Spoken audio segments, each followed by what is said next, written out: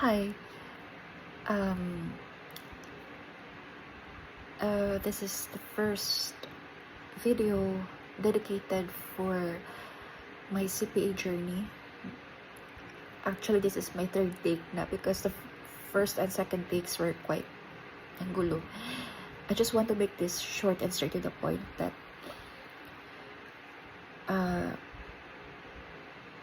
I'd like to introduce myself first. I'm Feline and I'm from Roa City, Capiz, and I'm thinking I'll upload my journey on this YouTube channel about my CPA journey because just a backstory, I graduated in the accountancy program back in 2018.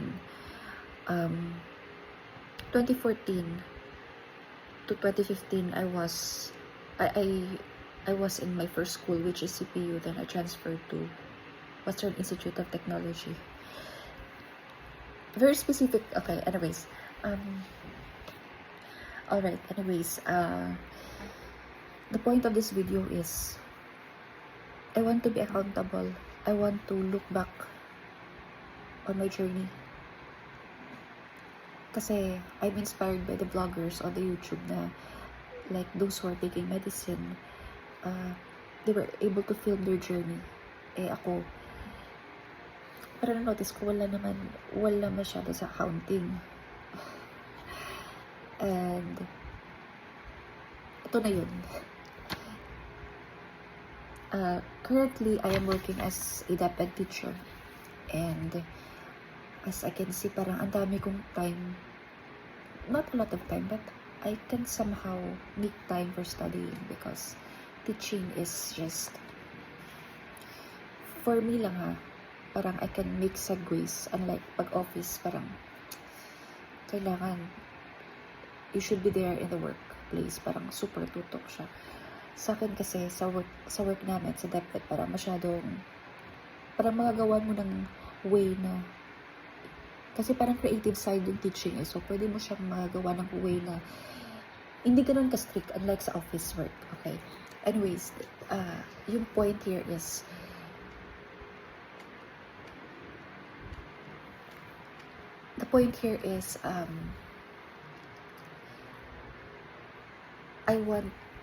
I really wanna pass CPA. You know, kasi, another backstory.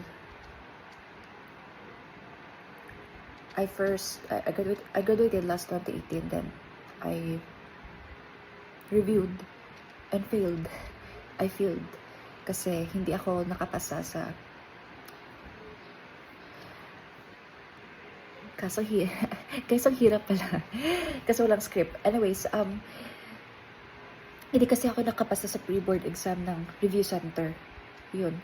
So yung nangyari kasi hindi ko nakapasa, hindi ibibigay o i-release yung TOR for board examination. So wala, hindi natuloy yung pagkuha ko ng CPA exam. And I really knew in my heart, kahit makapasa man ako sa pre-board, hindi ako papasa sa CPA kasi at that time I was overwhelmed. I had panic attacks from years of studying, from pushing myself, and I thought that hindi talaga para sa akin. So, yun na yun. I took a break, but at that break, maraming components tong story na to. I hope kasi parang, nahiya ako. Sorry, kasi akala ko, Okay. I don't know. Bahala na.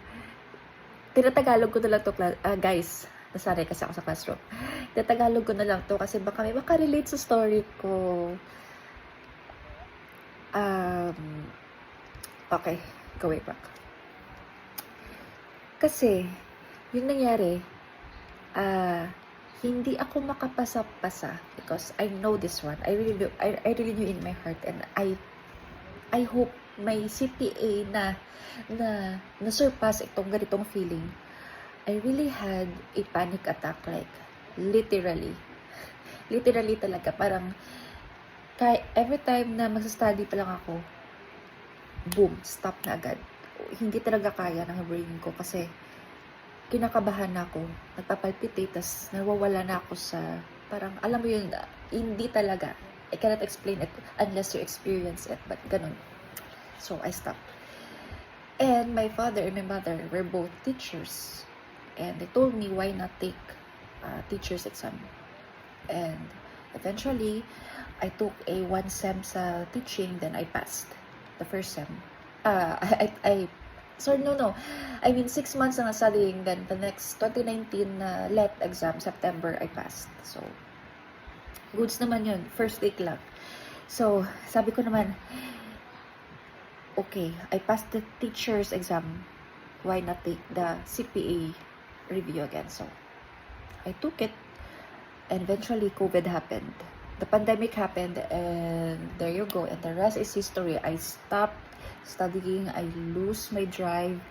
And eventually, that time, guys, nakikita ko na talaga sa scores ko na hindi talaga nag-i-improve. Like, every time talaga na pag-accounting yung study ko, like, andyan talaga yung panic attacks. Hindi talaga ako makakoncentrate. So, yung pag-explain ko, by the way, guys, is very different from the actual happening. So, hindi ko ma-elaborate dun unless na ma-experience mo siya. So, let's skip that part. And I got into DepEd, earned a little money, and I told myself na, okay, let's go back to CPA journey again. I enrolled in Rio, and Rio is great talaga when it comes to the materials. However, ang problem is, na-overwhelm talaga ako. Like, it's same old story. Hindi talaga matapos-tapos. Okay, so, going. I hope that this will take 10 minutes. Yun. So, Rio. Like, 13K. Pure online kasi nasa province ako. So, hindi ako makapunta ng Manila because I am working. Hindi talaga. And now, I stopped. Like, I just paid 13,000. Hindi talaga nagamit yung materials. Like, nagtatapon na ako ng pera. Like, I said to myself, I don't wanna lie to myself anymore. Hindi talaga kaya. Like, I knew in my heart, gusto ko, but hindi ganun ka-strong yung conviction ko to study. Ganun. Parang ganun talaga eh. So, this time, I'm still contemplating, kahit, actually, I had, I made a decision talaga to stop na. Completely forgot my undergrad, like, focus on teaching. However, again, the reality of teaching is just, iba talaga eh, parang,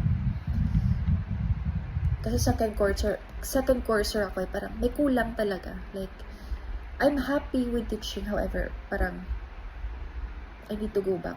I need to go back talaga sa undergrad ko. I need to finish it. Kahit hindi ko ma-practice yung CPA ko, yung CPA license ko, at least CPA ako. Kahit mahirap, but the thought na pag nakapasa ako, I don't have to think this forever. I don't have to think what if. Ganun lang. And I pray to God nga ilagay sa heart ko yung ano dapat kasi kung hindi para sa akin, para ganito na lang yung sinabi ko, pag hindi sa akin, sana noon pa nag-quit na ako eh. I had the opportunity before to shift course, but hindi ko ginawa kasi parang naniwala ako kahit paano na kaya ko. And until na naniniwala pa rin ako, pero hindi ko magawa ng way. So I told myself, and since it's my birthday tomorrow, today is August 31. Why not make a video about it? Make a documentary, kumbaga, kasi hindi talaga, wala talaga sa YouTube yung hinahanap ko na someone like my story, na CPA na. So I said, baka ako ito. Charot lang. Baka ako yung first ever na magiging ganito sa YouTube. So, parang dedication ko na rin sa self ko, and kung makapasa man, sana lang I look back and say, kaya pala, posible pala. Kulang lang ng conviction siguro. Hindi naman ako siguro bobo, super bobo, like whatever, but I think kaya ko. kaya ko siya. So, sana tuloy-tuloy itong pag-upload ko. And please excuse me for my face. Very bare talaga. Kasi I don't really care anymore. I just want to make this video talaga. I don't want to make... I don't want to waste time pa to prepare for this video. It's very simple lang. Very organic. Charot. So, ito yung face ko. So, okay, so kung saan man makaabot tong video na to, kung sino man nakakilala sa akin, huwag na lang kayo manood. Okay? Today is August 31, 2025. And I'm currently doing my grades in my DepEd. And I'll make time for studying later.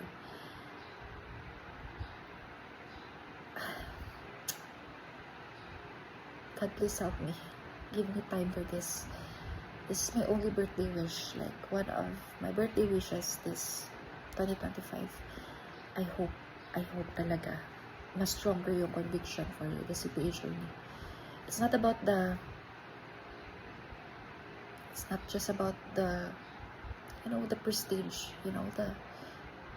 it's all about that, yung pagtingin sa ng tao, but I also want to dedicate this to my parents talaga.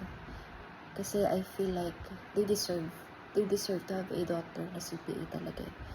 They did so much. Ito talaga yung utang ko na hindi ko mabayaran sa parents ko. So,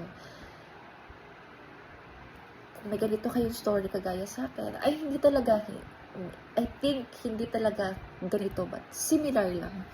Like, similar experiences na CPA. Kasi gusto ko talaga na malaman kung may ganitong CPA professional na nakaranas nito.